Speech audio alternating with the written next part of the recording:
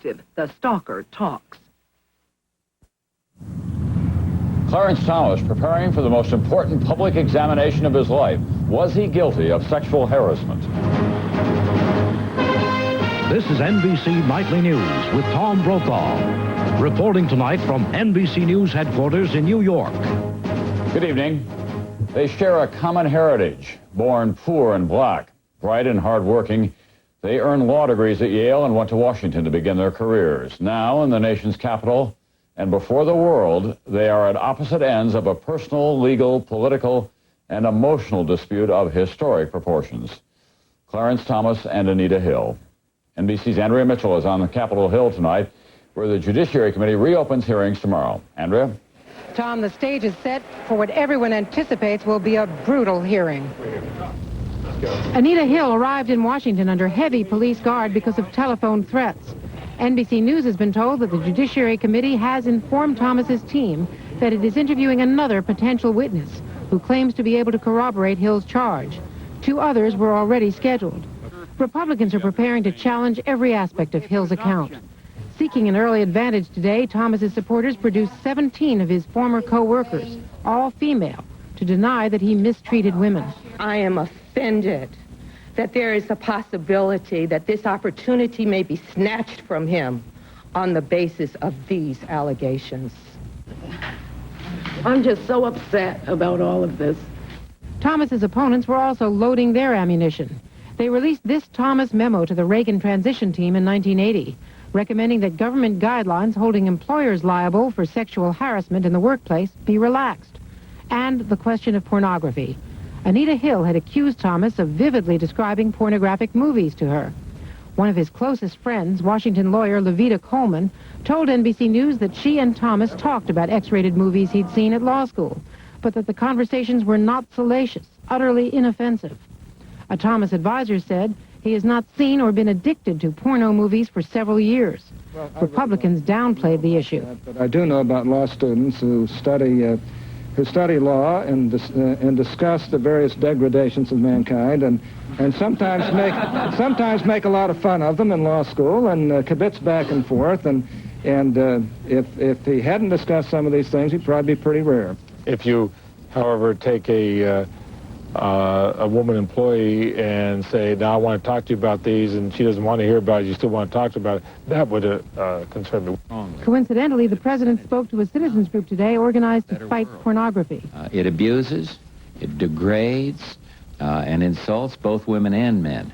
Conservative activists accuse Bush of not doing enough to save Thomas. I support him 100%. No fear of contradiction. I am strongly for him.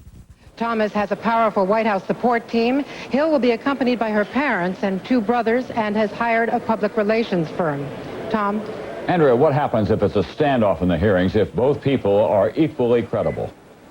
That is a distinct possibility, that they will both be credible and that it will be his word against hers. Then it'll be up to the senators to make their judgments, and a very tough judgment it will be. All right, thank you very much, Andrea Mitchell on Capitol Hill tonight. Judge Thomas and Professor Hill find themselves in one of the most unenviable spotlights in America, the Washington witness chair. NBC's Robert Hager tonight on what they're going through. 6 a.m., the quiet of Clarence Thomas's suburban neighborhood in Alexandria, Virginia, gives way to the daily gathering of cameras and reporters. Residents are getting used to it, but nothing could have prepared Thomas for this maelstrom of attention. Nor could anything have prepared Anita Hill for this trauma, about to be grilled about the most intimate details of her past. Only those who have been for days in the hot lights of the hearing room or the object of raging controversy know the full impact of it all. Burt Lance, the Carter administration budget chief. Edwin Meese, the Reagan administration attorney general. Former National Security Advisor Richard Allen, who, confronting reporters staked outside his home in the dark of night, tried to break the tension. You stay there. Let me get you organized. Okay? You stay here, right? Hey, I'll be fine. Thank you. To what can I ascribe the pleasure of seeing you on my lawn? And the late Senator John Tower, who endured months of questions about his personal life before being rejected as Secretary of Defense. He knew the agony. Today, Tower's daughter, Penny, remembered. And it was unbearable. It really was. And It just, when you know someone well and you know their personality, and to see the stories that were plastered across the media daily and not being able to defend them is very difficult. Tower's daughter says she has no judgment of Thomas, but feels for the situation he and Hill face. I've thought about writing him several times, and I just haven't gotten around to it, but I've thought about the feelings his family must have, and I remember so well feeling that, you know, frustrations when it was happening to us. And when it's over, ask Raymond Donovan, the former labor secretary, forced to resign to face a criminal trial for profiteering. This is what he said after a jury found him innocent. And as I said to the assistant prosecutor on the way out, which office do I go to get my reputation back? Tomorrow, Clarence Thomas and Anita Hill's reputations will be on the line, and nothing could have prepared them for the intensity of this moment in their lives. Robert Hager, NBC News, Washington. The specific issue of sexual harassment has nothing to do with race, but the fact that Clarence Thomas would be the only black on the Supreme Court is not lost on blacks debating the outcome. NBC's Deborah Roberts is in Atlanta.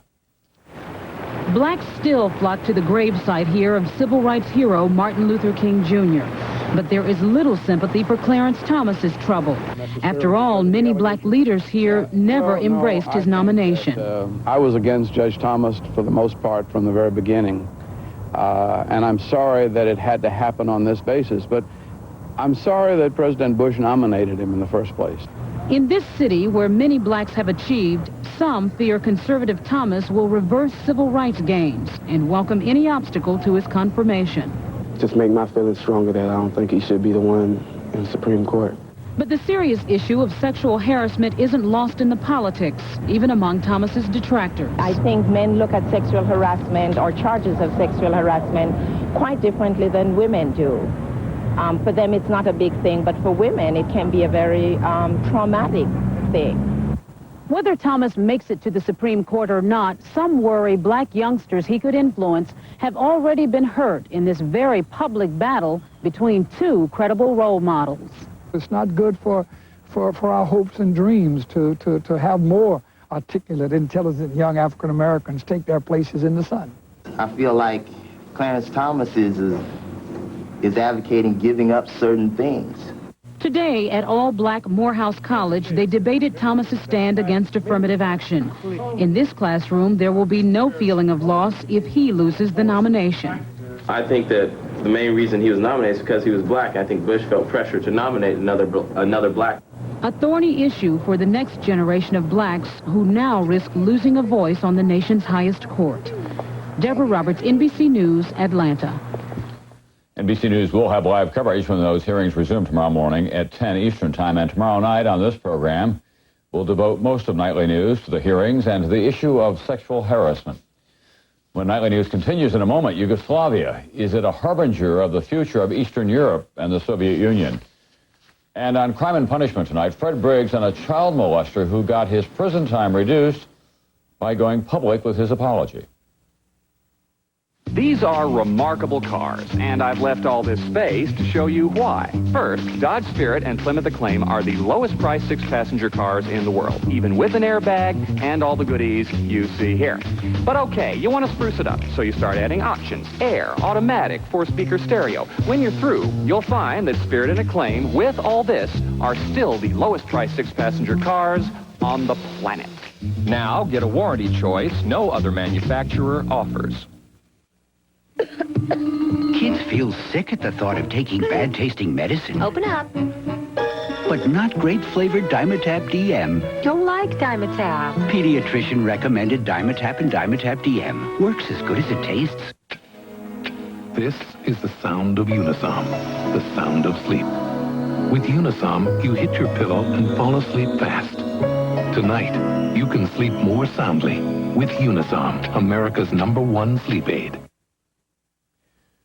Once again today, Yugoslavia and breakaway Croatia agreed to back down from the prospect of all-out civil war. 9 people were killed in Croatia today, 1,000 since June now, despite 8 ceasefires altogether. Yugoslavia is explosive, and all of Europe is nervous. NBC's Martin Fletcher tonight. In dozens of rural villages, only the old remain, not trusting the ceasefire. Already there's been heavy fighting. Tearful and frightened, they describe days and nights of shelling by the Yugoslav army. America is powerless to stop it. The United Nations won't try. The European community tried, failed, and now tries again. Yugoslavia, a hardcore of nationalists, Serbs and Croats, who under communism were dismissed as cranks with the paws, have now led the country to the edge of total war. But they keep pulling back from the brink, with ceasefires negotiated by Europe, which won't give up on peace. This is more than humanitarian concern. They're afraid the fighting will spread. If the United States in particular, and the West in general, simply turns its back on Yugoslavia, then this is going to be a green light to other like-minded authoritarians in the still somewhat unstable post-communist countries elsewhere in Eastern Europe, and indeed in other parts of the world. Hungary, Greece, Bulgaria, Albania all have minorities in Yugoslavia and could get drawn into their defense. Other Yugoslav republics like Bosnia-Herzegovina and Macedonia threaten war if the Serbs try to annex them. The newly independent republics of the Soviet Union, all beset by rampant nationalism, all potential battlefields, and all eyes on Yugoslavia to see what wins, armed force or negotiations. Look at Yugoslavia and you see the possible future of the whole region. With communism all but dead, the evil genie of nationalism has been freed. Unless it's controlled, the future of large parts of post-communist Europe could well look like this, violent and chaotic, possibly threatening also the stability of Western Europe. That's why the Europeans are so desperate to negotiate peace here and now. Martin Fletcher, NBC News, Karlovac, Yugoslavia. China had an answer for the Dalai Lama today. Tibet's spiritual leader said that he wants to return from exile to work for freedom, but China said he must first abandon the idea of Tibetan independence.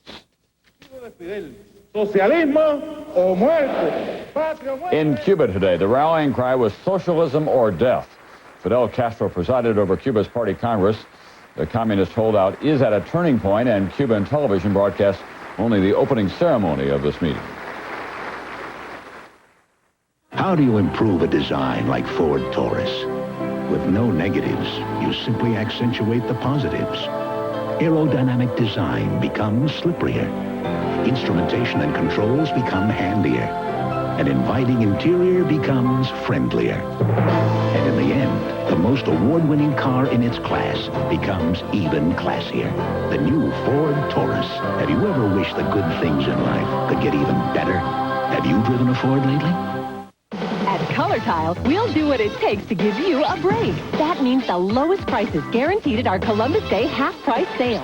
Plus no payment for 90 days. At half price, nobody can beat us on vinyl tile, ceramic tile, even DuPont Stainmaster carpet, plus mini blinds and wall coverings. Buy one, get two free. It's our guarantee that our customers get the best buys on all the best brands. Color Tile does what it takes to give you a break. So hurry to our Columbus Day half-price sale. It ends Monday.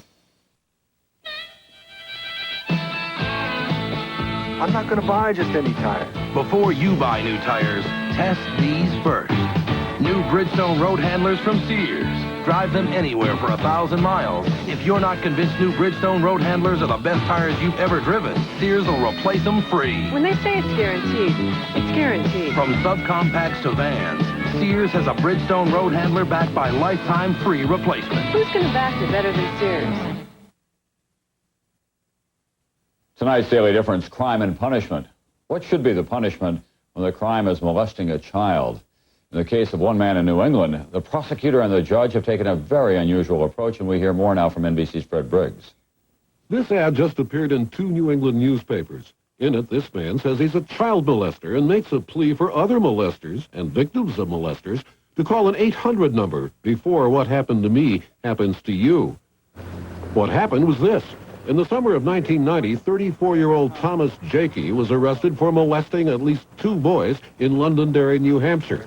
He was born there, married there, and for 9 years a member of the fire department, a respected member. To my knowledge, there was no problems with him. I believe him to be somewhat of a loner. Jakey's now serving a 5-year sentence at the state prison in Concord. It could have been a 7-year sentence, but the judge and the prosecutor reduced it if Jakey would agree to buy the newspaper ads. Reluctantly, he did. In Mr. Jakey's mind, it was better than spending another few years in prison. I think that this harkens back to a time when public humiliation, public embarrassment and shame was sought. Like Puritan times, perhaps, when offenders were put in the stocks, put on display, ridiculed. But Prosecutor Ducharme says this could be a message to other offenders. Some of them actually may want to turn themselves in, but they need that little extra push. Now that Jakey's run the ad, he could be eligible for parole in 3 years. We don't know what effect the ad has had on Jakey. He would not talk to us. Nor do we know what effect it might have on other child molesters who have seen the ad. The effect on Londonderry seems mixed. This was once the typical postcard New England village, but now it's a bedroom community for greater Boston, with mingling at the malls, not at the village green. Opinions vary about the ad. If another sex offender sees it, it might give them a second thought. If somebody's going to abuse a child, they're going to do it whether they see that this man has done it or not. Psychologist Nicholas Groth, who has studied sex offenders, says the ad is not likely to bring many forward. We have not created a social climate that says, if you discover you have this problem, come and tell us, we'll believe you, and we'll help you.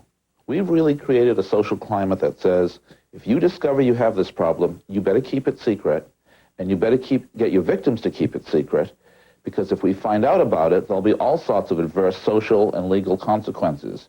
Any offender who calls for help may get it, but may also get arrested. The state would have to tell the police. The prosecutor concedes the ad won't transform Londonderry into a safer community for children overnight, but he believes it could be a step in that direction. If we can get one parent to call in, or one molester, then we figured we'd saved one child, and it was worth everything. Thomas Jakey is undergoing therapy while in prison. That's part of his sentence, too. He will remember this the rest of his life. But this part of it will be remembered by everyone else here. Fred Briggs, NBC News, Londonderry, New Hampshire. More news, including the world of art at the time of Columbus and John Chancellor's commentary on the Supreme Court in a moment.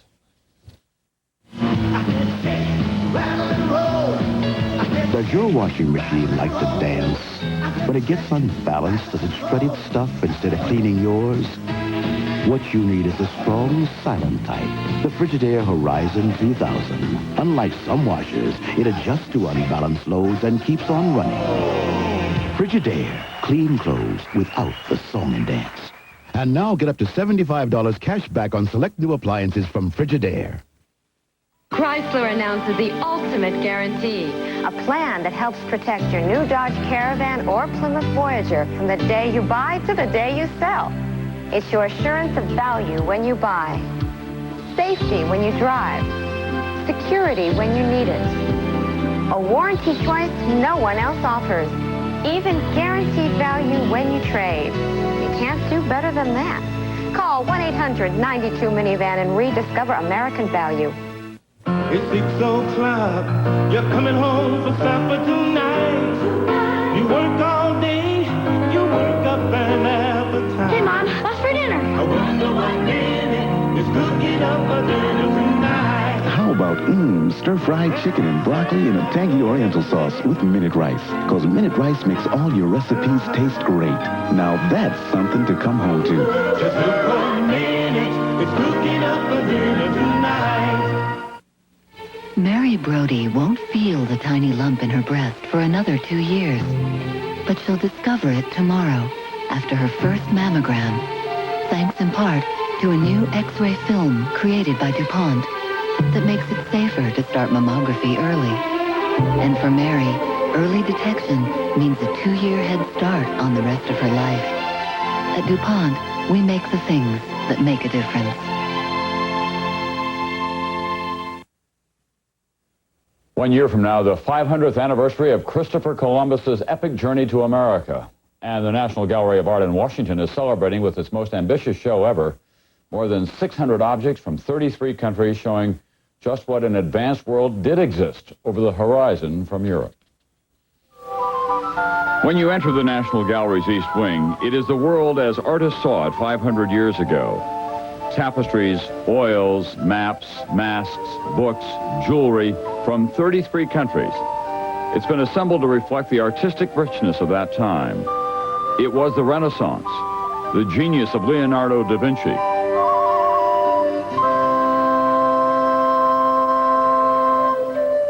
But look what was being produced at the same time in Japan by Sesshu Toyo. Or by the Aztec soldiers in Mexico.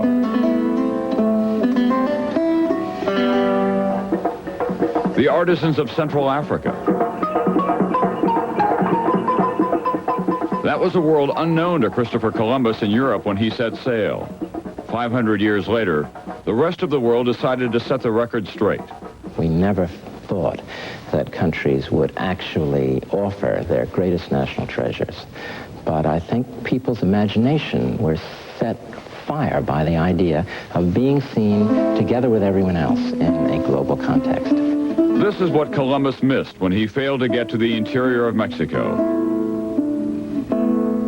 And the gold he failed to find was there in Colombia, where artisans were well ahead of Madonna. What if Columbus had reached the Far East? Was he prepared for this? Chinese and Japanese societies so advanced, even the art objects seem contemporary. As contemporary as these two marble figures from the 13th century found in what is now the state of Georgia. As Columbus and the other explorers reached out to a world unknown to them, they found instead a common bond in art. Art transcends language, and if we can open ourselves to the visual statements in an exhibition like this, I think we've taken a step towards making this world a better place. The show will remain at the National Gallery through January of 1992. It cannot travel because of insurance and logistical considerations. Time now for commentary from John Chancellor. More tonight on the Supreme Court process. John? Tom, a little history tonight. Let me tell you a story about Dwight Eisenhower and the Supreme Court. Ike was a popular Republican president who appointed 5 men to the court, 4 Republicans and 1 surprise appointment, a liberal Democrat. Eisenhower's Attorney General, Herbert Brownell, is writing his memoirs, a book worth waiting for. Brownell tells how the liberal Democrat was chosen. It was 1956. Eisenhower had already named 2 Republicans to the court. He told Brownell that the next nominee should be a Democrat. A Democrat? Yes, said the president. There is always a need for public confidence in the Supreme Court because it is not an elected body. Ike said Democrats need to feel they have a friend in court, even if that friend is able to cast only dissenting votes. And so Brownell recommended a Democratic judge from New Jersey named William Brennan. And Brennan served for 33 years with great distinction. This is something President Bush might think about for the future. Whatever happens to the nomination of Clarence Thomas, this Supreme Court is going to stay extremely conservative. If Mr. Bush were to follow Eisenhower's example, he could nominate a Democrat, even a liberal Democrat, and that one vote wouldn't affect the rulings of the court. No political damage. The president wouldn't have to change his political stripes. But millions of Americans would know that they had a friend on the highest court. The country's confidence in its institutions would increase. Ike showed the way. George Bush could do it. Tom? Thank you, John. On Wall Street today, there was a solid gain for the Dow Industrials, and trading today was very active.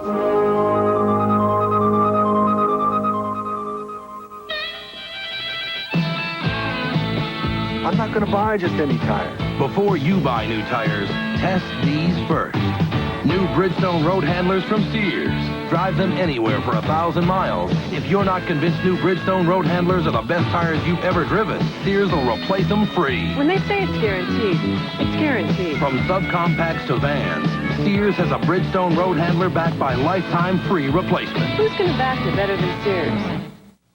When Mom gets a cough and cold, everyone suffers. Mom, Dad's ironing. Time to doctor that cough with Robitussin. Look, Mom's feeling better. Robitussin, recommended by more doctors, pharmacists, and Dr. Mom. Not long ago, these women would have shied away from these hugs. You would too if you were wearing a diaper. But today, Johnson & Johnson brings you the breakthrough. Serenity Guards. Bladder control protection so advanced you'll never need anything bulky again. Serenity holds as much as something 5 times its size, locking liquid into a gel that won't leak. That's proven protection. So give yourself a hug for discovering Serenity from Johnson & Johnson. These are remarkable cars, and I've left all this space to show you why. First, Dodge Spirit and Plymouth Acclaim are the lowest priced 6-passenger cars in the world, even with an airbag and all the goodies you see here. But okay, you want to spruce it up, so you start adding options. Air, automatic, 4-speaker stereo. When you're through, you'll find that Spirit and Acclaim, with all this, are still the lowest priced 6-passenger cars on the planet. Now, get a warranty choice no other manufacturer offers. When you're all stuffed up and use an ordinary nasal spray, it drips into your tissue where it can't help you breathe. But not Sinex Ultrafine Mist. Its medicine stays where you need it, so you can breathe the way you want to. We don't drip down, we clear up. If the British Isles are riding a little lower in the water these days, it's with good reason. Japanese sumo wrestlers are staging their first overseas championships in 1,500 years. NBC's Dennis Murphy. 40 tons of clay for the ring. A Shinto blessing that there be no injuries in the Royal Albert Hall. After all, Kanishiki, the dump truck, tips in at over 500 pounds these days. In Japan, the dump truck is to sumo wrestling what Michael Jordan is to basketball. The British fans love this samurai superstar. Kanishiki wins. 33 of the world's best are here, tons of kimonoed flesh. I felt the springs going down slightly as they got on it. Tipped over on one side. That's the heaviest I've ever carried, ever, in 38 years. The sumos have done Buckingham Palace and seen the usual sights, but when you hear a sumo coming, he's most likely not on his way to the Tower of London. He's looking for food, lots of food, Italian. The special one. Pizza with everything on it. Sumos eat 2 huge meals a day. Their London hotel chefs are daily serving up 100 pounds of meat and 100 pounds of veggies and noodles. Each sumo attacks an English breakfast. Half a dozen sausages, 3 eggs, 6 pieces of hash brown, and so on and so forth. And that's breakfast? No, that's only part of it. The hotel has reinforced the king-size beds, raised the shower heads, and ensured each sumo has a midnight snack just in case. Sumo wrestling emerged from ancient Shinto rituals. Each match has ceremony aplenty, but the British don't bother much with the mystique of it all. Sport, religion, or performing arts, it's a sellout here. Top tickets are going for $450. For a people that find cricket breathtaking and snooker a ripping good time, sumo wrestling is a jolly nice change. Dennis Murphy, NBC News, London. That's Nightly News for this Thursday night. I'm Tom Brokaw. I'll see you tomorrow morning at 10 Eastern Time